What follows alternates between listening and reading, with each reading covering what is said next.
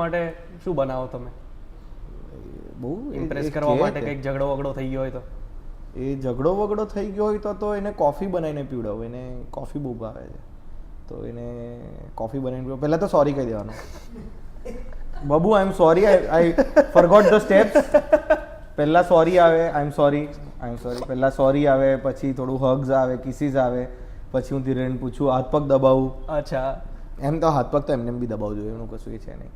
પછી ધીરેન પૂછું coffee piece પૂછું, એટલે પછી કે આ મામાને બનાવી દો, પછી હું એના માટે કોફી બનાવી દઉં. એવું હોય. એ ગજબ સ્ટાન્ડર્ડ તમે હાઈ સેટ કરી રહ્યા છો ને આ ઓડિયન્સ જે.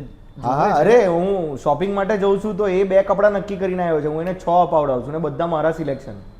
ક્યાં વાત હે બકા, એ ત્યાં જઈને એ પોતે એક સિલેક્ટ કરતી હોય ને ત્યાં સુધી હું 6 કપડાં લઈને એને કહું કે જા અંદર જઈને ચેન્જિંગ રૂમમાં ટ્રાય કર. બધા ઓલ્ટરનેટ પાછા, કે એક પેન્ટ લઈ આપ્યું એની ઉપરના 3 ટોપ અલગ અલગ, તો આ પેન્ટની સાથે તું 3 ટોપ પહેરીને આવું, હું બહાર ઊભો છું.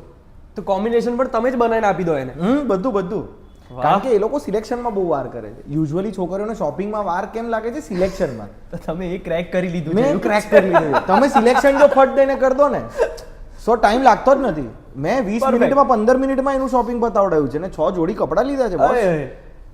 Ladies shopping. અને એ લોકો એટલા એક્સાઇટમેન્ટમાં આવી જાય ને કે મા બાબુએ મારા માટે સિલેક્ટ કર્યું, તો ચેન્જિંગ રૂમમાં બી એક્સાઇટમેન્ટના લીધે ફટાફટ પહેરીને કેવી લાગુ છું, મસ્ત લાગુ છું, તો મસ્ત લાગે. પછી સારું અમુકમાં ના બી પાડી દેવાની કે એ લોકોને લાગે જેન્યુઇન છે. હા, એકાદ વાર જરા ના પાડી દેવાની.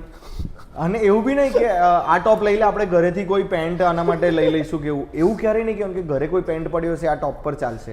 એવું કહેવાનું આ ટોપ લઈ લે, આપણે કોઈ બીજી દુકાનમાંથી આનો પેન્ટ શોધીશું.